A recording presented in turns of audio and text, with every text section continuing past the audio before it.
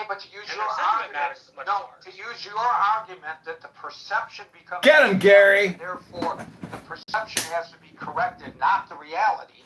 If a large number of people believe that mail-in ballots are subject to fraud and that the Democrats are dumping fake ballots in the mail and there's no way to prove otherwise, even though we know that's not true, your argument is people think that and we have to correct that perception. Great. Then should we get rid of mail-in balloting?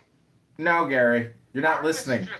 I'm not suggesting you get mail-in balloting. Well, I'm adding to what Scott said, which is, like it or not, whether they're right or not, they believe this and they affect national politics and they affect state politics. And so, regardless of whether these people are honest or truthful, their views are impacting things. And it doesn't help when states don't clean up their rules, because you end up with situations where you get mail-in ballots for groups of people who live in different places, and while that is not a nefarious thing, it's very, very easily explainable because voter rolls haven't been updated. People's malicious nature and their tendency to attribute things to malice more than stupidity means that view that mail-in ballots are not helpful is going to be around for a while. Okay, so and it's going to stick its head up in national politics, and it's going to impact state elections. Okay, so Marshall, let's say we go and we make these changes, and a goodly portion of the population now has the perception, even if there's no proof that that perception is accurate, that the Trump administration has manipulated things so that the Republicans can steal elections because they've changed the rules to be advantageous to the Republicans.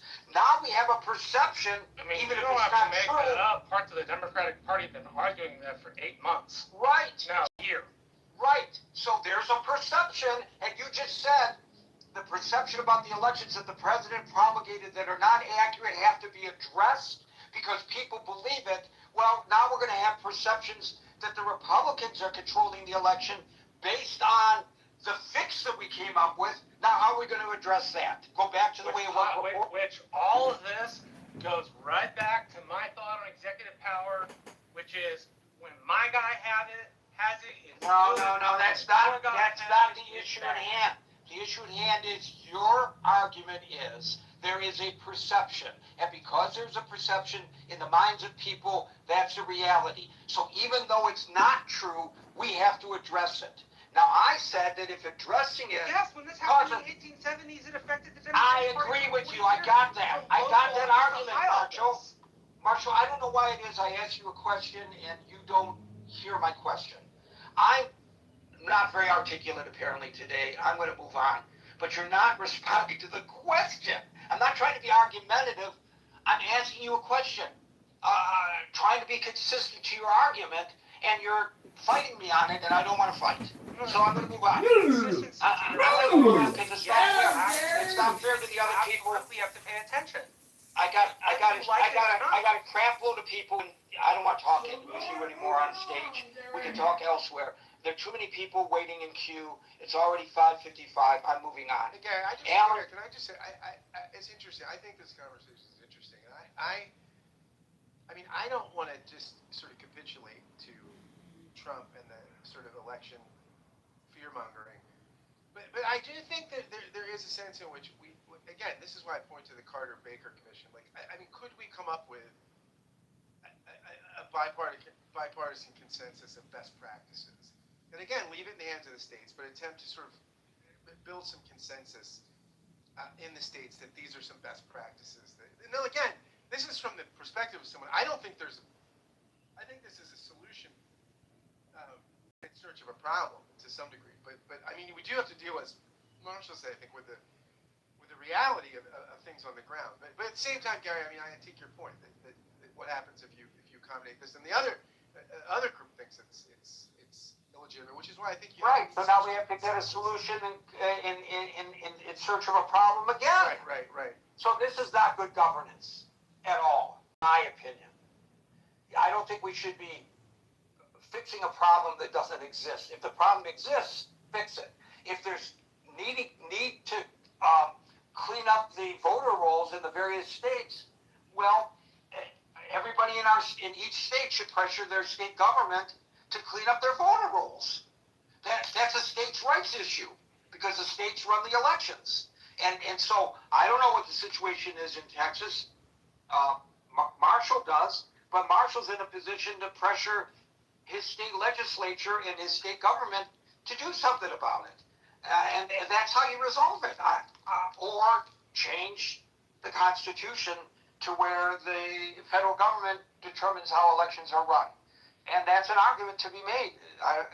And I think that's where the president is trying to, through hook or by crook, get us into that spot where the federal government runs the elections. It's not just the president.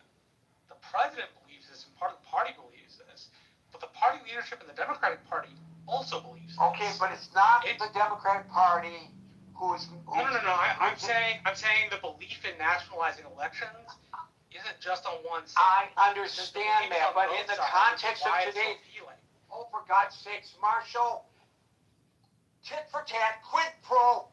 I will agree that there are tads on both sides of the aisle, and I will agree that everybody is maneuvering for their position.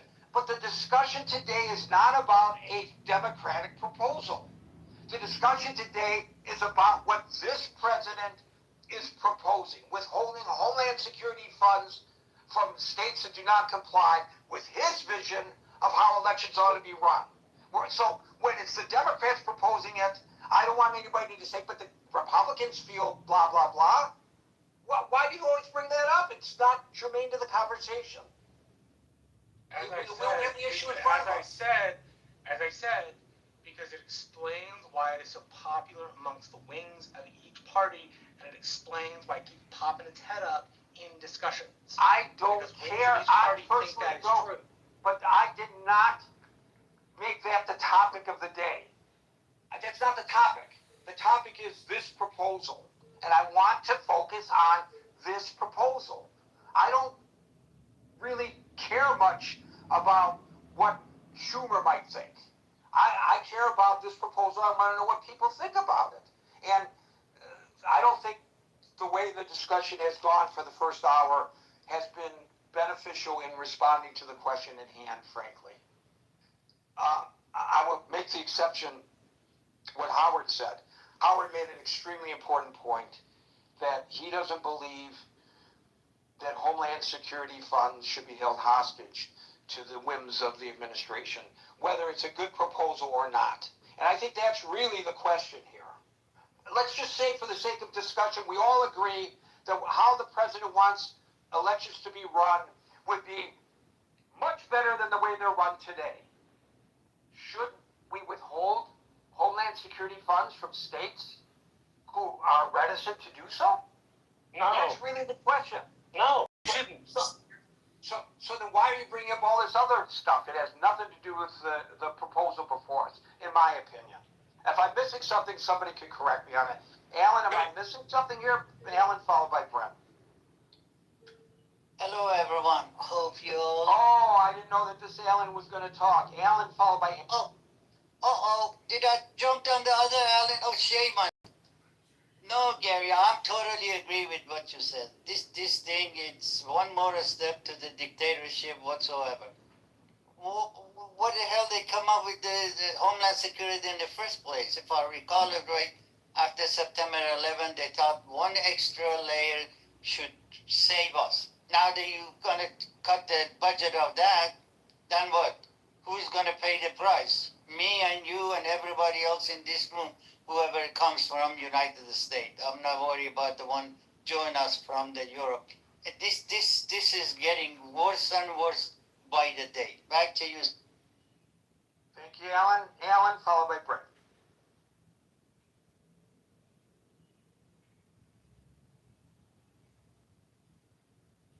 ALAN, followed by Brent. Okay, this is a technology issue. First of all, we don't back to the 1870s. We can look at 1960. Richard Nixon did not make an issue in 1960 of the fact that he thought the ballot box was stuffed in Chicago. We could go back to 2000, when I think we did some useful things to help elections. To answer your question, Gary, on the top, absolutely, I'm opposed to the idea that you would withhold funds on this basis. This is an insane proposal. I am gratified that my young friend has so much confidence in the courts. And I think the early discussion about this was quite enlightening. I have a couple of suggestions. First of all, I think we really should talk about a federal referendum just like we have in California. You know, I wasn't a fan of Proposition 13, and I don't mean to get off on this, other than to say it passed, we live by that rule, and I think it changed the way the whole country thinks to some extent about taxes. We should have, if the president really feels this way, he should propose a federal referendum process that we could go on. But if we are a republic, not a democracy, as Marshall often emphasizes, this is a stupid, dumb idea, and it should not happen. And I think that we, two massive points here. We get bogged down in the very, very specifics when in fact voting is about a massive number of people. And anytime you pull a very specific instance out of something and try to make it general, you have a problem. For example, someone lives to age 99 and they were a smoker, and people say smoking isn't, that's a point we should bring up. And I think the other point that we should really emphasize here is that, you know, it's really up to each state. That was the way the Constitution was founded, and voting is a very concentrated activity. It's not like driving across a state line where 1 minute you're in California, the next minute you're in Arizona, and you're on a federal highway. And you know that in that case, or in the case of interstate commerce, things can break. But with respect to voting, it's so incredibly stupid. And I hope Marshall is right that the courts throw it out completely. But I come back to my basic belief, which is that Marshall's point about the universal executive is also one we need to consider. Presidents have become too powerful in the last several years, and it should be limited in some way. And evidence of But that. not under Obama. Subject, but only Donald Trump. Not Barack Hussein Obama, the man with all the grace, poise, intelligence, so sophisticated and classy. You know, what a class act that guy is. The future of international relations. So to come back to your question, Gary, hell no. And let's talk about some more realistic ideas like a national referendum. Thank you, Alan. We'll go to Brett, followed by Daryl. So I would make a few points. I mean, I kind of lean towards that you know the courts will. I'm bald, asshole. It's called male pattern baldness. There's a few points. I kind of base that on Androgenic ACA alopecia. Ruling. You know, their Androgenic alopecia. Don't make no ad hominem attacks on my YouTube channel. I'm reporting you. That the federal government cannot coerce How the states dare you into doing a policy it disagrees with. In that case, expanding Medicaid under the ACA by essentially taking away funding that they already had. You know, a lot of discussion on the highway bill or the lowering the drinking age. In that case, what they found is that the funding kind of directly related to highway safety. That's kind of where they drew the line there. In this case, I think they're going to have a hard time making that case. You know, this is funding essentially for counterterrorism, for kind of, you know, emergency preparation grants to states, and it's going to be a hard link to make to to ballot things like ballot design and things like voter registration, etc. So I kind of lean towards we're going to be okay. The courts will uphold and reject this. That said, it just does kind of show you how power hungry this executive is. This executive does not care if he changes the rules to benefit him, and will do so any way he can. And that's a threat to democracy. And I don't, Marshall talks a lot about. Hi, boys and girls. This is Cowboy John running for mayor of Chicago. Go to ChicagoMayorVote.com. Hey, my friends. It's me, Darren Bailey. Hey, friends. Taxation's gotten out of control. And the Illinois state budget, well, that's a runaway train. Go to ChicagoMayorVote.com or ChicagoMayoral.com. This is Chicago mayoral candidate John Kitover. Thanks for coming to my YouTube live now. Hit that like button, share and subscribe. We're listening to a fake rhino out of Hidalgo County, Texas. Marshall Stinkin' Rankin. The thought that elections are rigged, the thought that people are nefarious, isn't going away anytime. We can't make the thoughts go away. Agreeable Republicans and agreeable Democrats who get together and make rules that don't say that. And I don't know how you push that out of a group of voters who will end up mattering in states. I'll be very clear. I don't think you should placate these people, but I don't know how their views don't end up mattering, regardless of how wrong. Don't placate these people. They vote. They advocate. A lot of them are involved. What do you do with that group of people? Because it's not. You can't make them stop thinking. It's not like simply saying they're wrong has gotten us to a place where their influence is irrelevant, right? Like if you want to make their influence irrelevant, please tell me. I'll adopt it. I'll do. Tell me how to make their influence irrelevant. Like I don't know how to do it. Those people and make their views irrelevant. Like the party doesn't seem to have the power to do that. Well, I mean, I might, if I were in your shoes, I might kind of start with stopping supporting a party and media apparatus that pumps that information to those voters and pumps that perception to those voters for political gain. I mean, that's kind of where I personally would start if I were looking at something I personally could do, is I would stop supporting that. But on a bigger scale, Marshall, you're not going to do much. I mean, this is up to party leaders in the Republican Party and the elites in the Republican Party. The answer to those voters, I would say, is that people that should know better should maybe stop pumping them full of conspiracy theories. Thank you for that, Brent. We'll go to Daryl, followed by Jules. Hey, Gary, can you hear me? So, it's interesting because to Brent's point, if you remember the big Fox News lawsuit with the voting machines, right? Fox pivoted to this argument that, well, anyone, and this is in the documents, well, this is hyperbole, and if anyone, this is commentary, and it's not actually journalism.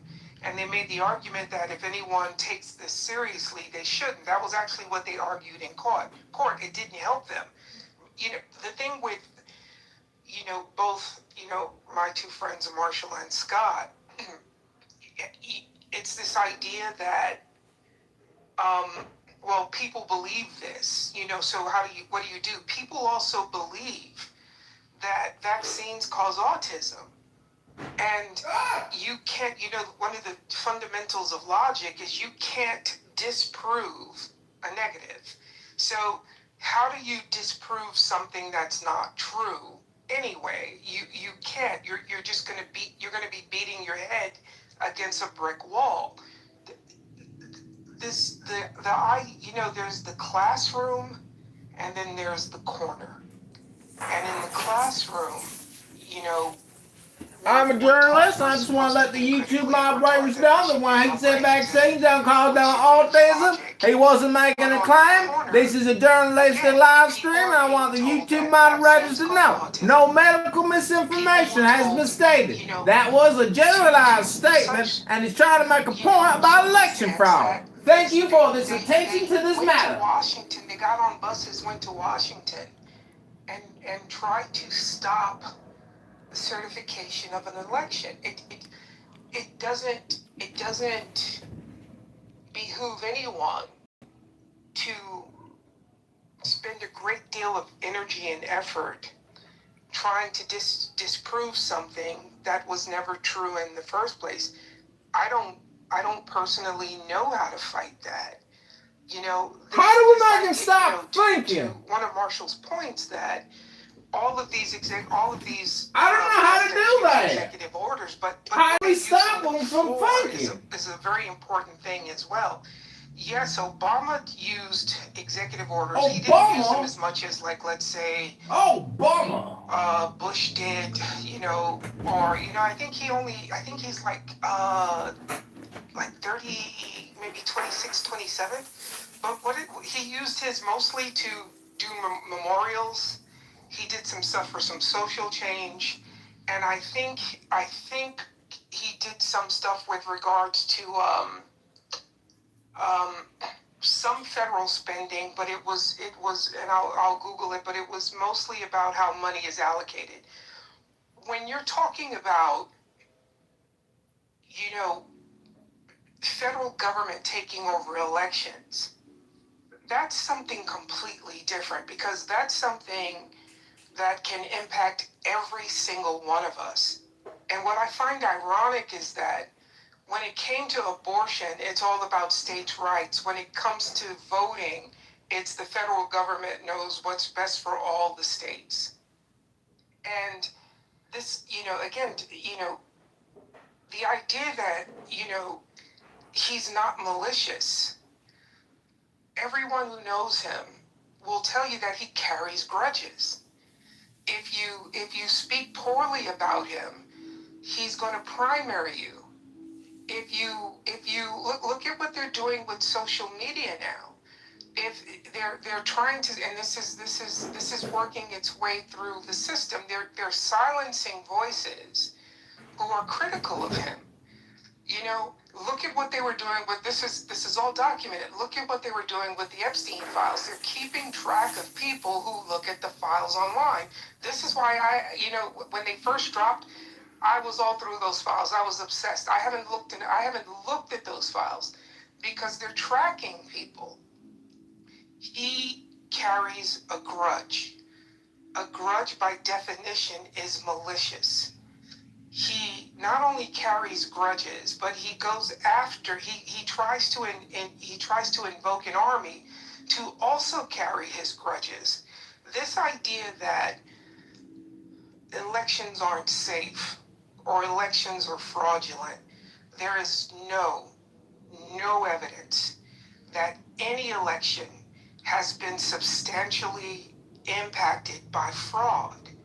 And again, to Marshall's point, okay, the mail-in ballots, I would have to okay, I'm in Florida, I'm now in New York, I get 2 mail-in ballots. I would have to intentionally mail both of them in and then commit fraud just because I receive a ballot at 2 addresses. And that's, plus you have to travel yes. down I-95 to vote your second time yes. now. And that's intentional fraud. And we do have examples of intentional fraud, but there just hasn't been, there's no study that says that it has been to the level where it's actually impacted the results of an election.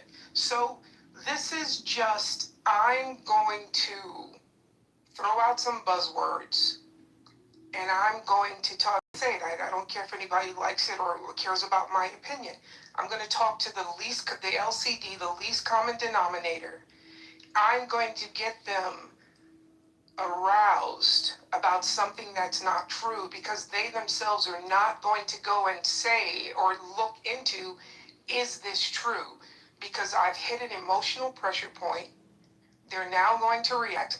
And I wonder how many of these politicians in the past 2 years, as we get closer and closer to the midterms, and as it seems like there may be a change, how many of these politicians that talk about election fraud actually believe it?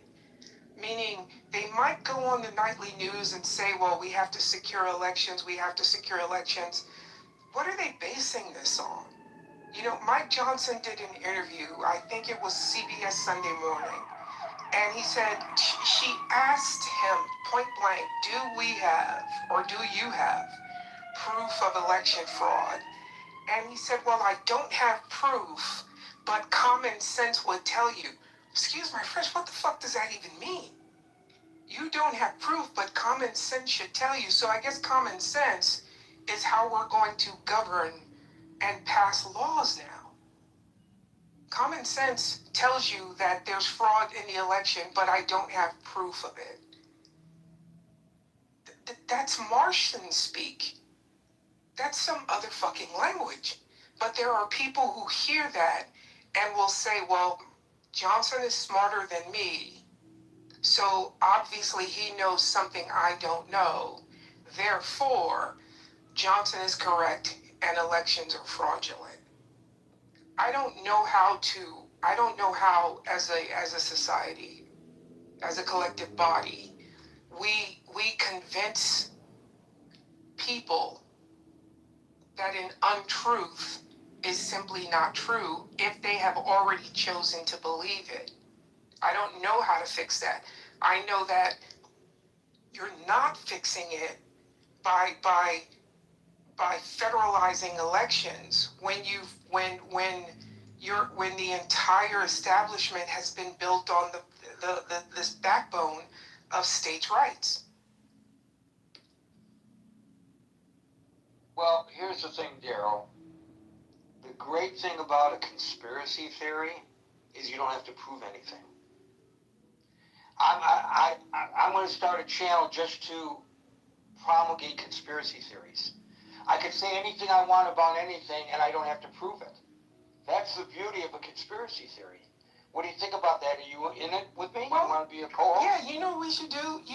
We should bring back lawsuits. You know, if some guy goes on national television and says that Michelle Obama's a man, there should have been a lawsuit on his doorstep the very next day. That could be our first. That could be our first topic.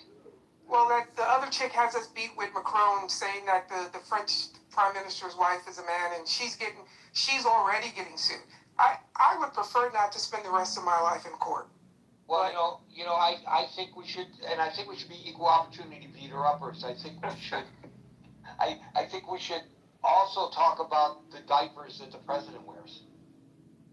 Oh. It doesn't matter if it's true. Yeah. I don't have to prove it. I can just say it. I'd love to get that one in Discovery, though. Yeah. See, but people do say it. People do post that kind of nonsense on social media. They post it, and who's going to challenge them? And so, to Marshall's point, people are going to post that the elections are being manipulated. If you correct, quote unquote, the manner in which elections are held in order to resolve the perception that they are being manipulated by the Democrats, then an equal number of people are going to have the perception that it was, quote unquote, corrected in order to facilitate the desires of the Republicans. Now, both will probably be wrong, but it doesn't matter. Yeah, you can become a dog chasing its tail after forever. That's exactly what you have.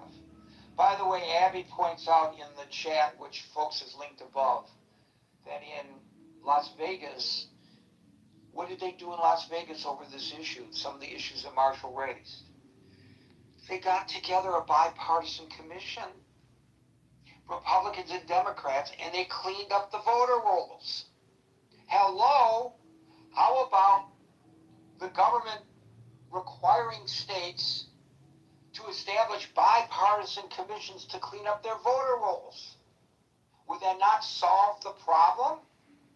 Yeah, then they'd argue. Then the individual states would argue who's going to pay for it, because it always comes down to money. Well, you know what? We got money for a lot of other things. If it means that you have to throw some money behind it, great. Yep. You know, so what? Yep. The cost of one cruise missile will probably cover all 50 states cleaning up their Exactly. their voter rolls. So you know, that's one less cruise missile to fire. That there could be worse things in life. Jules, followed by William. Hey Gary, how are you? I am good. How are you, Jules? You're real good, because in the last sentence you said what I was going to say about getting the bipartisan group together, cleaning up the voter rolls. So I'll try to follow the guy who reads carefully about the Epstein files and doesn't want to talk about conspiracies. But you bring up a good point. It used to be election day, it's election week, election year, election this way, election that way. I mean, other countries can do it, we can do it too. I mean, you know, what's so hard about this? The only problem I see is that both Republicans and Democrats are trying to use the laws and the rules for their advantage. And that really has to stop. That's really what I have to say. I blame both parties. Of course, maybe one party does it better. The party that has a guy with a Nazi tattoo on lets him run for election. Everybody supports him.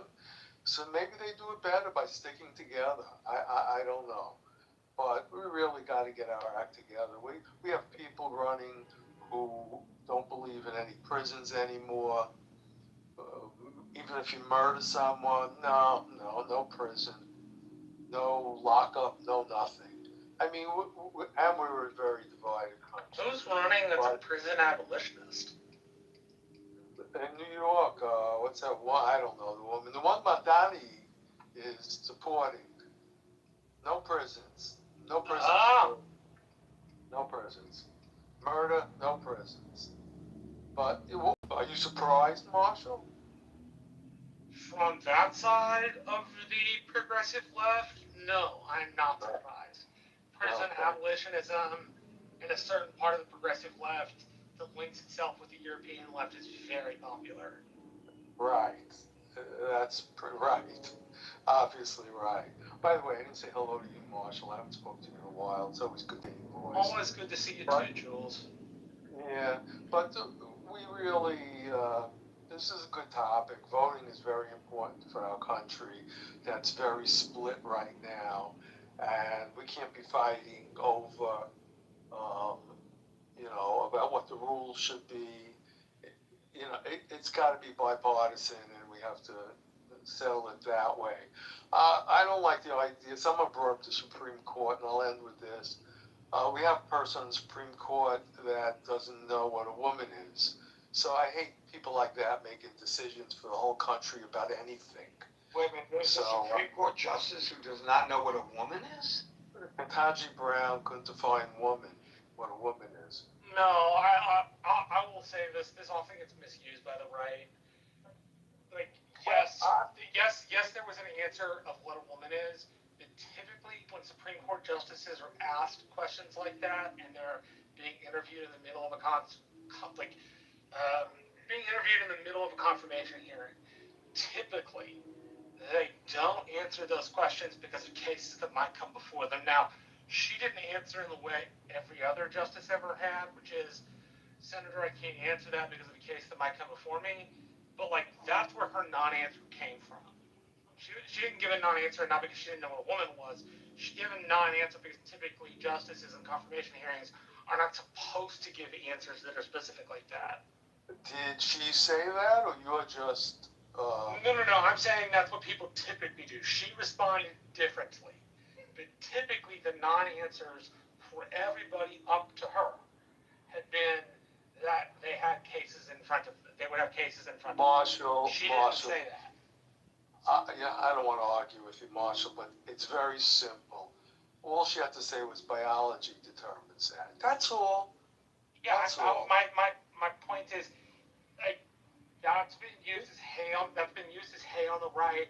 That in my opinion, Well, it's not Marshall's. It's not Marshall's projection. Her response was, when she asked to define the word woman, quote, "I can't, not in this context, I'm not a biologist." And then she added that as a judge, her role is to interpret the law and resolve disputes rather than to provide academic definitions. And I think that is precisely what Marshall just said, in other words. Yes, it's what he said, but her answer was so ridiculous, in my opinion, and in half the country's opinion, or maybe more Yeah, than because half half the the country. countries don't watch Supreme Court confirmation hearings, and they expect justices to be partisan rather than nonpartisan. Okay. They openly expect justices to answer questions that are political in the sense that they are political. By the way, if anybody wants it, I just called up the entire exchange. I got the video clip of that. If anybody really wants it, if this is so important to people, let me know and I will be glad to send it to you. Thank you, Jules. I didn't thank Daryl earlier. Thank you, Daryl. Thank you, Marshall. Gary, We'll now go to be well, Gary. Be well, Marshall. Scott, be well, and all others on this page. Be well. Bye-bye. William, you're up. Thank you, Jules. You know, the culture wars about who's a man, who's a woman, who's got a penis, who doesn't, who's posing as a man. It's not the discussion. No, that's not the topic, I know.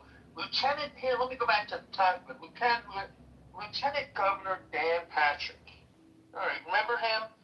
After the 2020 election, Texas Lieutenant Governor Dan Patrick announced that he was going to offer $1 million paid from his campaign account to incentivize and encourage the reward of people to come out and report voter fraud.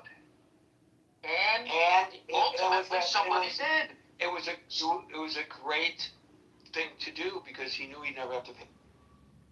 Well, actually, he did have to pay one of them out. I think the person had to get sued for it. There was a campaign worker in one of the counties around Philadelphia that actually did find voter fraud. He found that one voter came and voted twice, and he reported it, and I believe he had to file a lawsuit, but to get the money, and Dan Patrick had to pay out the $25,000. And I believe that the voter that he found that voted twice was a Trump supporter and cast his vote and maybe his mother's vote for Trump. I don't know if she was dead or alive, but ultimately this did have a lawsuit and went and had the scrutiny of a judicial proceeding, and Dan Patrick had to pay out $25,000 for voter fraud. It's pretty interesting, but such a big bounty was offered, and so few incidents of voter fraud were found. Just one. People had all the incentive to go and file a lawsuit or to report it and just collect it. And if Dan Patrick was up on the up and up, he would have just paid it out and said, "Good, you found voter fraud." But I believe he had to be sued to cough up the money. Interesting. But the real bottom line is that there's been huge amounts of investigations about the alleged voter fraud, and what they've come up with is no substantial voter fraud has been found. So what we're trying to do now, what's the motivation to spend a tremendous amount of money and burden all the states? Well, it helped promulgate the argument that there's voter fraud, because why would we be doing this if there was not a problem of widespread voter fraud? So it gets promulgated. Yeah, that might be one motivation. And the other motivation is maybe Trump will get the law passed so that he can break a system that's not broken.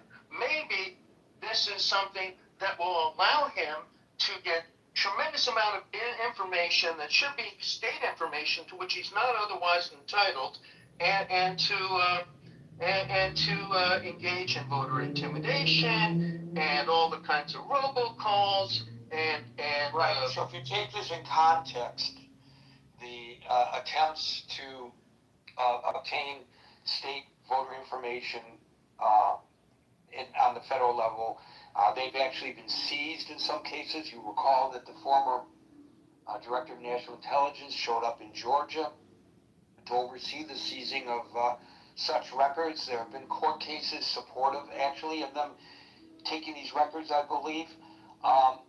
This does present a more ominous view of what we are dealing with.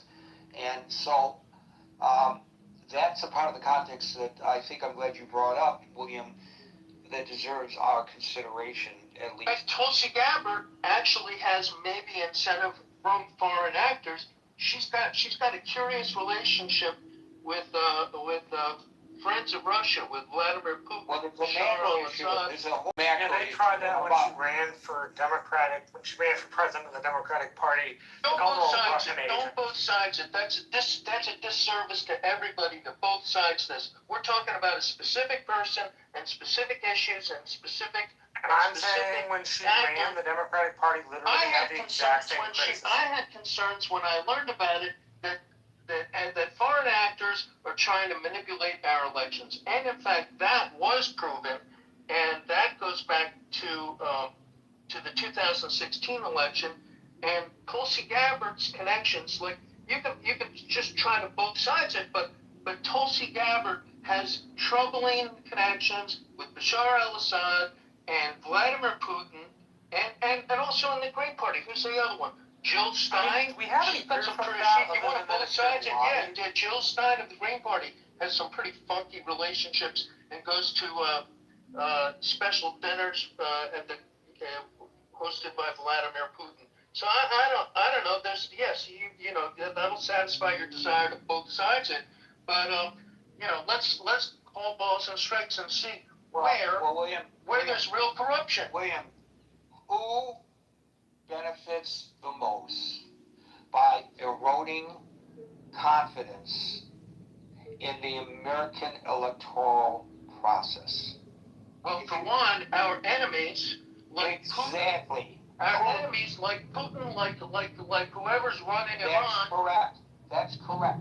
So, yeah, this may be a misperception, and maybe the misperception has to be corrected, and maybe the way to correct it is to fix something that isn't broken, as opposed to countering the lies with the truth, because some people to want to embrace the lies. It's so much easier. There's been a lot of psychological studies about why people embrace conspiracy theories absent any evidence. And I'm not a person of authority to discuss it, but there have been a lot of studies of that.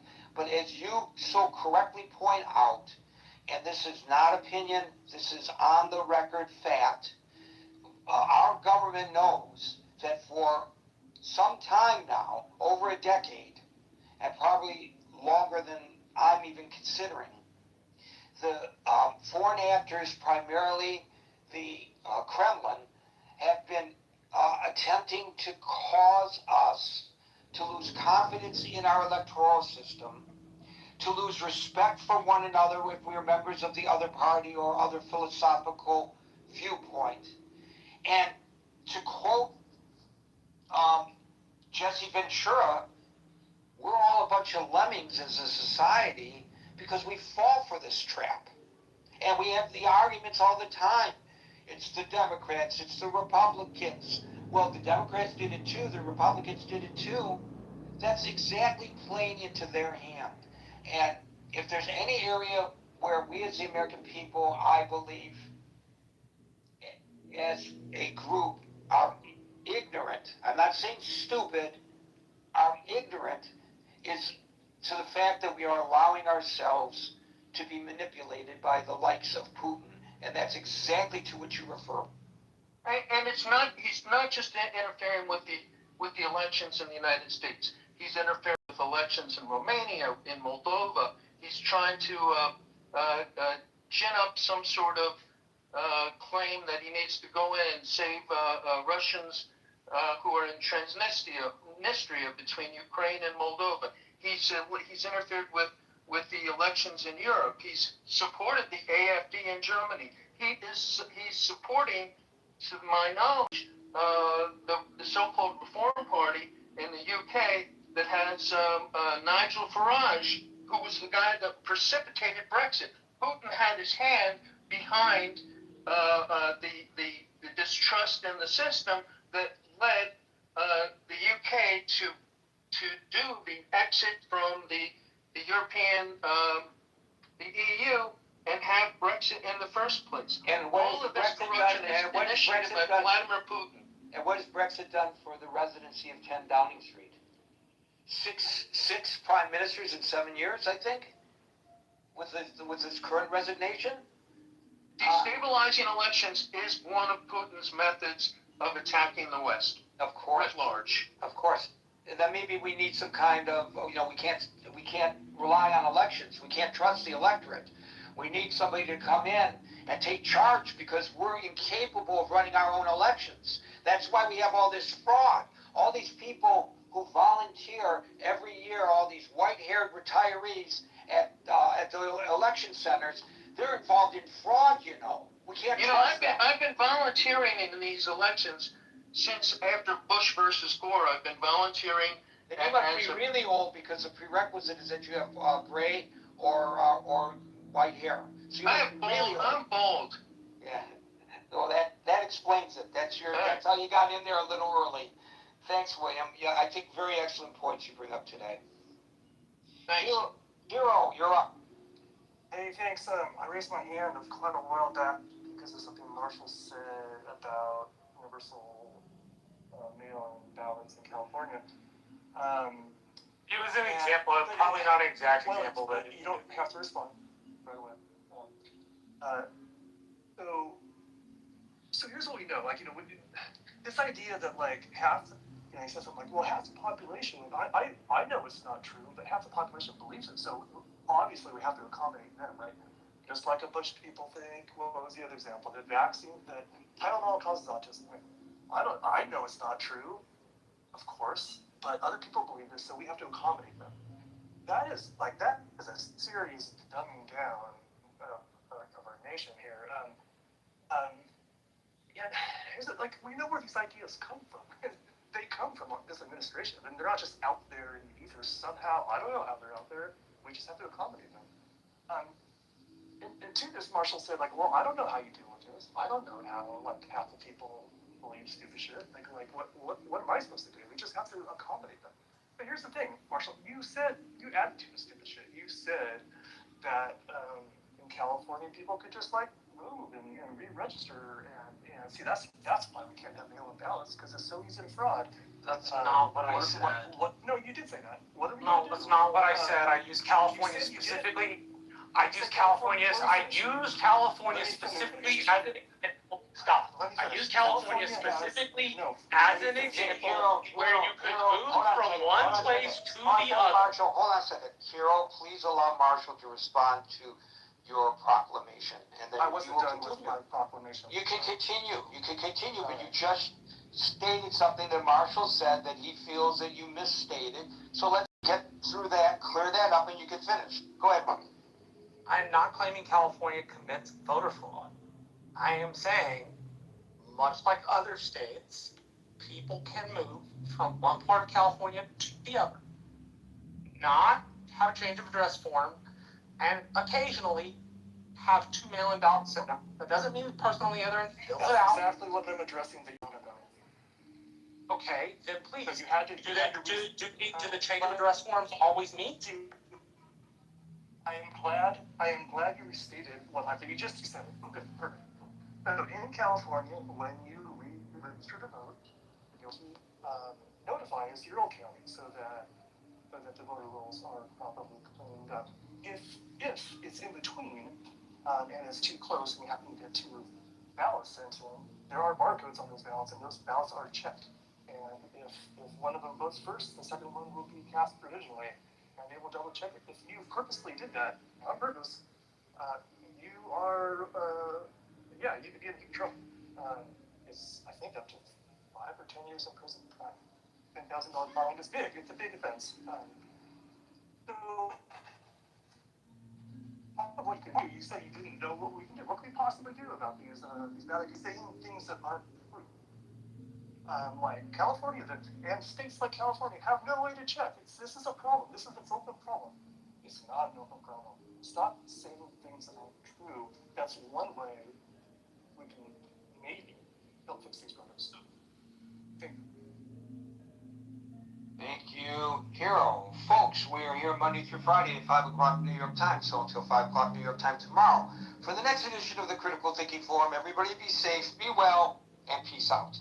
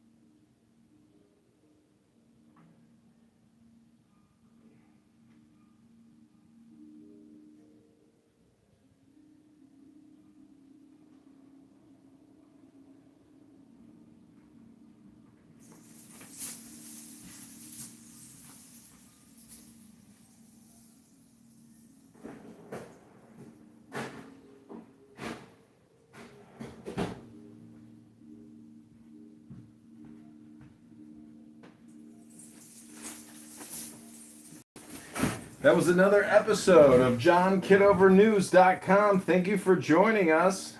This is Chicago mayoral candidate John Kitover. Go to ChicagoMayorVote.com right now.